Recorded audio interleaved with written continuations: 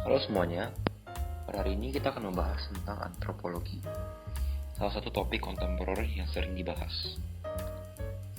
Sebelum kita mulai, saya akan memperkenalkan tim saya. Nama saya Brian, dan ada Irene, Althea, dan Angelina. Apa itu antropologi? Singkatnya, menurut bahasa Yunani, yang berasal dari kata anthropos, yang berarti manusia, dan logos yang berarti wacana atau ilmu. Antropologi adalah ilmu tentang manusia, studi tentang orang-orang di seluruh dunia, sejarah evolusi manusia, perilaku, bagaimana manusia beradaptasi dengan lingkungan yang berbeda, berkomunikasi, dan bersosialisasi satu sama lain. Ilmu ini bertujuan agar manusia dapat memahami diri sendiri dan satu dengan yang lain. Dalam masyarakat, suku bangsa, kebudayaan, dan lain-lain. Terdapat 4 manfaat mempelajari antropologi, yaitu pertama, mengetahui pola perilaku manusia dalam suku bangsa maupun secara universal. Kedua adalah mengetahui kedudukan dan peran manusia dalam masyarakat. Ketiga adalah memperluas wawasan tentang pergaulan umat manusia. Dan yang keempat adalah kita dapat membantu menyelesaikan masalah antar manusia. Untuk kali ini kita akan membahas 2 jenis antropologi yang tentunya memiliki pengaruh yang sangat signifikan dalam kehidupan masyarakat, yaitu antropologi sosial dan antropologi psikologi. Kita akan menjelaskan keduanya secara detail. Antropologi sosiologi. Sosiologi berasal dari kata Latin socius, yang berarti kawan atau teman, dan kata Yunani yaitu logos, yang memiliki arti pengetahuan. Dilansir Ensiklopedia Britania 2015, kemudian sosiologi ini berarti pengetahuan tentang interaksi atau hubungan sosial. Dikarenakan kita berbicara tentang antropologi, berarti kita berbicara tentang interaksi atau hubungan sosial antar manusia. Dalam masyarakat, kita mempelajari interaksi dan proses yang mengubah dan melestarikannya dari berbagai aspek, seperti gender, ras, umur, komunitas, dan lain-lain. Manusia tidak dapat hidup sendiri. Dari berbagai segi hidup, kita semua melengkapi, karena bersosialisasi sangat penting. Kita bisa saling melengkapi dan membantu dari segi materi maupun religius dan lain-lain. Selain itu, terbukti bahwa dengan berada bersama manusia lain, seorang merasa lebih tenang dan lebih baik. Terlebih lagi, sebuah komunitas akan berlangsung lebih baik daripada manusia-manusia atau kelompok perkumpulan manusia yang hanya hidup sendiri tanpa interaksi. Dari Alkitab pun, Allah juga meminta manusia untuk bersosialisasi satu dengan yang lain. Dari awal penciptaan manusia, di mana Ia menciptakan Hawa sebagai penolong, Allah sampai berkata bahwa manusia tidak baik seorang diri, dan memberikan tulang rusuk Adam kepada Hawa. Setelah itu, dari berbagai cerita di Alkitab, sampai zaman sekarang terlihat bahwa kita menyembah Allah tidak sendiri-sendiri, tetapi juga sebagai satu komunitas di gereja yang berkumpul dan bersekutu bersama. Hal ini menjadi bukti bahwa sosialisasi dibutuhkan di Alkitab. Berhubungan dengan kebutuhan sosial manusia untuk bersosialisasi dengan yang lain, dimanapun dan kapanpun, manusia butuh keberadaan orang lain. Dengan demikian, manusia membentuk kelompok-kelompok sosial untuk bertahan hidup dan mengembangkan diri. Dalam kelompok-kelompok sosial ini terbentuk etika dan aturan untuk menjaga keseimbangan masyarakat sosial. Jika etika dan aturan ini dilanggar, ini disebut penyimpangan sosial. Lalu kita ada ciri-ciri manusia sebagai makhluk sosial, yaitu tidak dapat hidup sendiri, memiliki kebutuhan sosial, berinteraksi dengan manusia lain, dan berkembang di tengah-tengah manusia. Saya juga berbicara tentang istilah-istilah yang dikemukakan oleh para filosofer dan sosiologis terkenal. Yang pertama adalah zoon-politikon. Ini merupakan sebuah istilah yang digunakan oleh Aristoteles untuk menyebut makhluk sosial. Kata zoon-politikon ini merupakan padanan kata dari kata zoon yang berarti hewan dan politikon yang berarti bermasyarakat. Secara harfiah, zoon-politikon berarti hewan yang bermasyarakat. Dalam pendapat ini, Aristoteles menerangkan bahwa manusia dikerodatkan untuk hidup bermasyarakat dan berinteraksi satu sama lain. Sebuah hal yang membedakan manusia dengan hewan. Kedua, menurut Adam Smith, ia menyebut istilah makhluk sosial dengan Homo homini socius. yang berarti manusia menjadi sahabat bagi manusia lainnya. Bahkan Adam Smith menyebut manusia sebagai makhluk ekonomi, Homo economicus, karena manusia ini mereka tidak pernah merasa puas dan mereka selalu berusaha untuk mencari lebih. Mereka memiliki sifat kadang-kadang egois dan mereka selalu ingin melengkapi dirinya. Yang terakhir adalah Thomas Hobbes yang mengatakan homini lupus, yang secara harfiah lagi adalah manusia menjadi serigala bagi manusia lainnya. Thomas Hobbes menekankan hal di mana manusia dapat menyakiti atau melukai sesamanya. Manusia hidup bersama dan bersosialisasi dalam sebuah komunitas. Semua manusia pasti memiliki komunitasnya sendiri, bisa di rumah, sekolah, gereja, dan lain-lain. Dan komunitas ini adalah kumpulan dari para anggotanya yang memiliki rasa saling memiliki, terikat di antara satu dan lainnya, dan percaya bahwa kebutuhan para anggota akan terpenuhi selama para anggota berkomitmen untuk terus bersama-sama. Menurut Anderson and McFarlane, komunitas merupakan kumpulan orang yang memiliki minimal satu karakteristik yang sama seperti geografi, pekerjaan, etnik, minat, dan lain-lain. Menurut Christensen dan Robinson, komunitas adalah mereka yang hidup dalam daerah yang terbatas secara geografis. Mereka berkomunikasi satu sama lain dan memiliki ikatan antara orang-orang yang tinggal di sana dan daerah di mana dia tinggal. Dalam Democracy and Education, Dewey melihat komunitas terbangun dari ikatan-ikatan yang secara rumit saling terkait melalui komunikasi. Ikatan-ikatan dalam bentuk seperti tujuan, kepercayaan, dan pengetahuan. Ini adalah keharusan bagi terbentuknya komunitas dan terbangun melalui komunikasi. Dalam konsepsi Dewey, komunikasi dan cara-cara di mana komunikasi dilakukan adalah krusial bagi pembentukan komunitas. Dan kita bisa menyimpulkan juga bahwa kualitas komunikasi menyatu dengan kualitas komunikasi tersebut. Garcia Giuliani dan Wayne Seinfeld menemukan bahwa diperlukan satu atau lebih konsep dasar untuk membentuk sebuah atau suatu komunitas. Hal ini termasuk seperti sekelompok masyarakat mempunyai interaksi sosial, berbagi pengalaman atau budaya, memiliki kesamaan dalam hal geografis seperti suatu lingkungan tempat tinggal yang sama, dan memiliki rasa kepemilikan terhadap komunitas tersebut. Komunitas sebagai jaringan dan sistem sosial lokal. Manusia hidup erat dengan yang lain tidak berarti mereka melakukan berbagai macam kegiatan satu dengan yang lainnya. Mungkin hanya terdapat sedikit interaksi antara sesama. Akan tetapi, itu adalah sifat dasar dari sebuah hubungan dan dari jaringan sosial, mana mereka berasal adalah salah satu bagian yang sering menjadi aspek yang cukup signifikan untuk sebuah komunitas.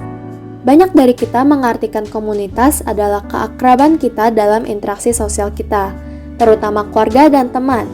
Hubungan yang tidak resmi juga bisa memungkinkan kita untuk mencari jalan kita dalam berbagai macam kebutuhan dan berbagai macam kemungkinan peristiwa lainnya dalam kehidupan sehari-hari. Kedekatan dengan lingkungan sosial melibatkan jaringan. Jaringan akan hubungan sosial yang sesungguhnya lah yang kita pertahankan. Terdapat 5 jenis jaringan. Yang pertama ada The Local Family Dependent Support Network. Ini sebagian besar bergantung pada kedekatan para anggota keluarga yang sering berbagi kehidupan. Yang kedua ada The Locally Integrated Support Network. Ini terdiri dari keluarga lokal, sahabat, dan para tetangga. Yang ketiga ada The Local Self-Contained Support Network. Biasanya terbatas dalam ukuran dan terdiri dari para tetangga. Bentuk ini memiliki sedikit keterlibatan para anggota keluarga. Yang keempat ada The Wider Community Focused Support Network. Ini melibatkan tingkat aktivitas komunitas yang cukup tinggi. Bentuk ini juga memerlukan jumlah anggota keluarga dan para sahabat yang cukup banyak. Yang terakhir ada The Private Restricted Support Network. Ini terbentuk dengan ketidakhadiran para anggota keluarga, selain dari suami istri dalam kasus tertentu. Tipe ini juga berarti sedikit teman atau tetangga. Selanjutnya karakteristik komunitas. Yang pertama ada group orientation. Ini terdiri dari kumpulan individu atau kelompok. Yang kedua ada bond between individuals. Ada ikatan tertentu antar anggota, seperti memiliki karakteristik yang sama, atau minat atau ketertarikan yang sama, atau tujuan yang hampir sama. Yang terakhir ada human interaction, yaitu saling ketergantungan, saling berbagi, saling berinteraksi satu dengan yang lain. 3 jenis komunitas. Yang pertama adalah komunitas berdasarkan daya tarik atau pemilihan. Daya tarik atau pemilihan ini artinya orang-orang dalam komunitas berbagi karakteristik umum dan berbagai faktor lain yang sama, seperti kepercayaan agama, pekerjaan, suku bangsa asal, minat, dan lain-lain. Yang kedua adalah komunitas berdasarkan tempat atau faktor geografis. Ini berdasarkan suatu daerah atau tempat komunitas yang dapat dilihat sebagai tempat di mana orang-orang memiliki sesuatu yang sama, dan bagian ini dimengerti secara geografis.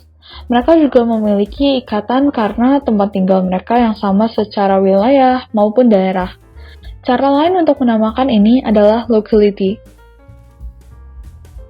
Dan yang terakhir adalah komunitas berdasarkan persamaan ide atau kelompok. Orang-orang dalam komunitas ini memiliki pemikiran ide yang sama mengenai suatu hal dengan sesamanya. Mereka juga dapat membangun semangat dalam komunitas itu karena persamaan mereka. Pentingnya komunitas. Sejak akhir dari abad ke-19, penggunaan arti komunitas telah meninggalkan beberapa asosiasi tambahan sekali lagi dengan pengharapan yang segar akan kedekatan, kehangatan, dan harmoni yang baik antara orang-orang yang mempermasalahkan atau orang-orang yang dulu tidak jelas akan arti komunitas. Melalui sebuah komunitas, orang-orang bisa menetapkan tujuan, menciptakan tempat berkumpul yang nyaman, menyalurkan hobi mereka, menciptakan keluarga yang baru, dan juga mereka bisa menggunakan komunitas sebagai media untuk mengekspresikan jati diri mereka. Tujuan dari komunitas tersebut akan menciptakan kenyamanan sehingga orang-orang memutuskan untuk memilih ikut serta bergabung dengan suatu komunitas. Berdasarkan kesamaan, beberapa komunitas sering terwujud dikarenakan suatu benda. Adapun berbagai macam komunitas yang diwujudkan karena memiliki kesamaan dengan sebuah benda yang berada di sekitar masyarakat pada saat ini. Manfaat komunitas sebagai media penyebaran informasi. Di sebuah komunitas, orang-orang yang ada di dalamnya dapat saling bertukar informasi, baik membagikan ataupun menerima informasi yang terkait dengan tema komunitas yang mereka miliki. Lalu yang kedua, terbentuk jalinan atau hubungan. Komunitas dapat membantu untuk menjalin relasi atau hubungan antar sesama anggota komunitas yang memiliki hobi ataupun berasal dari bidang yang sama. Dengan persamaan yang mereka miliki, mereka akan lebih mudah untuk berkomunikasi satu sama lain. Dan yang terakhir, saling bantu atau dukung. Karena mereka berasal dari bidang yang sama, maka komunitas dapat dijadikan sebagai media untuk kegiatan saling bantu antar sesama anggota komunitas ataupun keluar anggota komunitas. Sekarang mari kita masuk ke antropologi psikologi. Antropologi psikologi adalah bagian dari ilmu antropologi yang berkembang pesat, sehingga sudah menjadi suatu bidang ilmu tersendiri. Nama antropologi psikologi ini dianjurkan oleh seorang antropolog Amerika Serikat, yaitu Francis L.K. Su. Sebelumnya, biasa dikenal dengan nama kebudayaan dan kepribadian atau disebut juga psikologi suku bangsa. Antropologi psikologi adalah studi yang dilakukan oleh para ahli antropologi yang tertarik pada perbedaan psikologis di antara dan di dalam suatu masyarakat dan persamaan psikologis pada rentang yang luas pada masyarakat manusia. Nama subdisiplin ilmu antropologi ini sebenarnya nama baru dari ilmu yang dahulu dikenal dengan nama culture dan personality, atau kadang juga disebut ethnopsikologi. Subdisiplin ini sejak lahirnya sudah bersifat antardisiplin.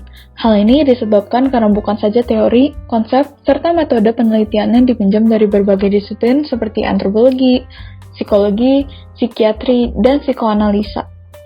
Melainkan juga para pendirinya berasal dari disiplin yang bermacam-macam sebelum mereka menjadi ahli antropologi. Mereka itu antara lain adalah Margaret Mead, ahli antropologi, Abram Gardiner, ahli psikiatri, W.H.R. River, ahli psikologi, Erik H. Erikson, ahli psikoanalisa neo-Freudian, dan lain-lain. Jadi, siapa sih Erik Erikson ini?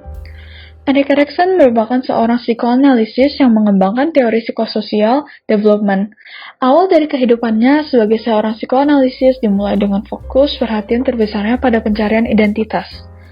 Dalam bukunya yang berjudul Childhood and Society tahun 1963, Erik Erikson membuat sebuah bagian untuk mengurutkan 8 tahap mengenai perkembangan ego dalam psikososial, yang biasa dikenal dengan istilah 8 tahap perkembangan manusia.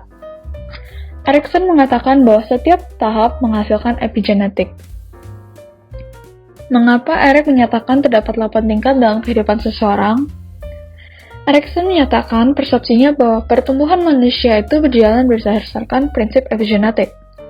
Jadi, apa itu epigenetik? Epigenetik berasal dari dua suku kata, yaitu epi yang artinya upon, atau sesuatu yang sedang berlangsung, dan genetik yang berarti emergence atau kemunculan. Erik Erikson mengungkapkan bahwa pada dasarnya setiap perkembangan dalam kepribadian manusia itu mengalami keserasian dari tahap-tahap yang telah ditetapkan sehingga pertumbuhan pada tiap individu dapat dilihat atau dibaca untuk mendorong, mengetahui, dan untuk saling mempengaruhi dalam radius sosial yang lebih luas. Pada prinsipnya, masyarakat dan lingkungan di sekitar juga merupakan salah satu unsur yang menjaga serta mendorong secara tepat perpindahan di dalam tahap-tahap yang ada. Selanjutnya terdapat 5 prinsip yang mendasari teori Erik Erikson ini. Yang pertama, manusia memiliki keperluan asas yang sama. Yang kedua, perkembangan individu bergantung kepada tindak balas terhadap keperluan-perluan asas. Yang ketiga, perkembangan manusia mengikuti tahap-tahap tertentu. Yang keempat, setiap tahap mempunyai konflik, dan konflik ini mesti diatasi sebelum individu dapat berfungsi dengan jayanya. Dan yang terakhir adalah, kegagalan mengatasi konflik pada suatu tahap akan menjelaskan perkembangan pada tahap berikutnya. Tahapan perkembangan kepribadian menurut Erik Erikson.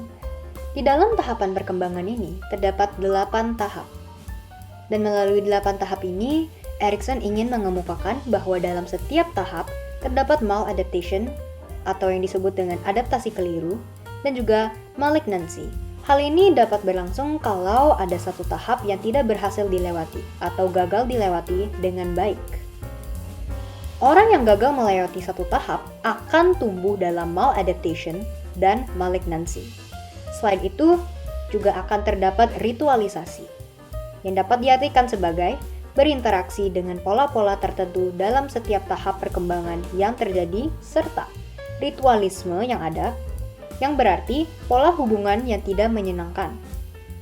Menurut Erikson, 8 tahap perkembangan yang ada berlangsung dalam jangka waktu yang teratur maupun secara hierarki. Akan tetapi, jika dalam tahap sebelumnya seseorang mengalami ketidakseimbangan seperti yang diinginkan, maka pada tahap sesudahnya dapat berlangsung kembali guna memperbaikinya. Berikut adalah 8 tahap dari masa perkembangan manusia. Yang pertama adalah infancy, di mana dibahas trust versus mistrust. Erikson mengidentifikasikan trust versus mistrust sebagai konflik dasar pada masa bayi. Menurutnya, bayi yang baru lahir hingga 18 bulan akan mengembangkan kepercayaan bila kebutuhan dan perawatan dipenuhi secara rutin, dan juga kenyamanannya dipenuhi atas responsivitas dari pihak pengasuh. Kesadaran ini merupakan bagian dari apa yang telah membuat kepercayaan begitu penting. Bayi harus mempercayai aspek-aspek dunia yang berada di luar kontrolnya, seperti kepercayaan dari orang lain. Perilaku bayi ini didasari oleh dorongan mempercayai atau tidak mempercayai orang-orang di sekitarnya. Dan yang bertanggung jawab pada tahap ini adalah pengasuhnya atau sang ibu. Tahap yang kedua adalah toddlerhood, di mana akan dibahas tentang autonomy versus shame and doubt, atau disebut dengan autonomi versus rasa malu dan ragu-ragu. Di tahap ini, ditandai dengan awal pengendalian diri dan rasa percaya diri oleh anak-anak, dimulai dari umur 18 bulan hingga 3 tahun. Anak-anak kecil mulai memikul tanggung jawab penting untuk mengurus diri sendiri, seperti makan sendiri, menggunakan toilet sendiri, sudah bisa jalan, berdiri, dan berpakaian baju sendiri. Selama periode ini, orang tua harus menarik sebuah garis tegas. Mereka harus protektif, tetapi juga tidak terlalu overprotective. Apabila orang tuanya tidak menggerakkan rasa kepercayaan diri anak, maka sang anak akan tumbuh dengan rasa malu. Erikson percaya bahwa anak-anak yang mengalami terlalu banyak keraguan di tahap ini akan kurang yakin terhadap kemampuannya sepanjang hidup mereka. Tahap yang ketiga adalah early childhood, di mana akan dibahas tentang initiative versus guilt. Pada tahap ini, anak berumur 3 tahun hingga 6 tahun. Bagi Erikson, tahap ini menambahkan pada otonomi kualitas-kualitas seperti menjalankan, merencanakan, dan memecahkan tugas demi menjadi aktif dan terus bergerak. Tantangan pada tahap ini adalah mempertahankan semangat untuk aktif dan sekaligus memahami bahwa tidak setiap dorongan dapat diwujudkan. Inisiatif seorang anak harus diasah pada tahap ini. Inisiatif merupakan kemauan untuk memulai aktivitas baru dan mengeksplorasi arah baru. Apabila anak-anak tidak dibiarkan melakukan berbagai hal secara sendiri, perasaan bersalah mungkin berkembang. Mereka mungkin akan percaya bahwa apa yang ingin mereka lakukan selalu salah. Tahap selanjutnya adalah middle and late childhood, di mana akan dibahas tentang industry versus inferiority. Pada masa ini, anak-anak sudah berusia 5 hingga 7 tahun, dan mereka sudah cukup tua untuk memasuki sekolah. Perkembangan kognitif mereka juga berjalan dengan cepat sehingga mereka dapat memproses lebih banyak informasi. Rentang ingatan mereka juga bertambah dan mereka berpindah dari cara berpikir pra-operasional ke operasional konkret. Pada tahap ini, mereka juga belajar untuk mempercayai orang dewasa baru, bertindak secara mandiri dalam situasi yang lebih kompleks, dan menginisiasi tindakan dengan cara yang sesuai dengan aturan sekolah atau aturan lingkungan. Tetapi ada juga tantangan pada tahap ini, yaitu ketekunan versus perasaan rendah diri. Anak-anak mulai melihat hubungan antara ketekunan dan perasaan senang apabila sebuah pekerjaan selesai. Kesulitan dalam menghadapi tantangan ini dapat menghasilkan perasaan rendah diri, dan anak-anak harus menguasai berbagai keterampilan baru dan berusaha mencapai tujuan baru. Pada saat yang sama, mereka juga diperbandingkan dengan orang lain yang beresiko mengalami kegagalan. Tahap selanjutnya adalah teenager, di mana akan dibahas tentang identity versus identity confusion. Ini adalah tahap kelima, di mana ini merupakan tahap adolescent atau remaja. Anak-anak sudah memasuki usia remaja, yaitu mereka memasuki masa puber dan berakhir pada usia 18 atau 20 tahun. Pada masa remaja ini, ditandai dengan adanya kecenderungan identity versus identity confusion. Sebagai persiapan ke arah kedewasaan didukung pula oleh kemampuan dan kecakapan-kecakapan yang dimiliki oleh remaja. Mereka harus berusaha untuk mencari dan membentuk serta memperlihatkan identitas mereka sendiri dan ciri-ciri yang khas ada di dirinya. Dorongan pembentukan identitas ciri yang kuat di satu pihak sering diimbangi oleh rasa setia kawan dan toleransi yang besar terhadap kelompok sebayanya. Di antara kelompok sebaya mereka mengadakan pembagian peran dan seringkali mereka sangat patuh terhadap peran yang diberikan kepada masing-masing anggota. Sehingga pada tahap ini, pencapaian identitas pribadi dan menghindari peran ganda merupakan bagian dari tugas yang harus diselesaikan. Tahap ke-6 adalah young adulthood, di mana akan ada perasaan intimacy versus isolation. Pada tahap ini, anak-anak sudah bukan remaja lagi, tetapi sudah mencapai usia 20 hingga 30 tahun. Dan ini ditandai dengan adanya kecenderungan intimacy isolation.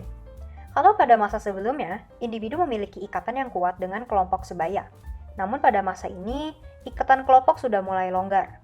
Mereka sudah mulai selektif, dan mereka membina hubungan yang intim hanya dengan orang-orang tertentu yang sepaham. Jadi pada tahap ini, timbul dorongan untuk membentuk hubungan yang intim dengan orang-orang tertentu, dan kurang akrab atau renggang dengan yang lainnya. Jenjang ini menurut Erikson adalah ingin mencapai kedekatan dengan orang lain, dan berusaha menghindar dari sikap menyendiri atau isolasi. Periode diperlihatkan dengan adanya hubungan spesial dengan orang lain yang biasanya disebut dengan istilah pacaran guna memperlihatkan dan mencapai kelekatan dan kedekatan dengan orang lain.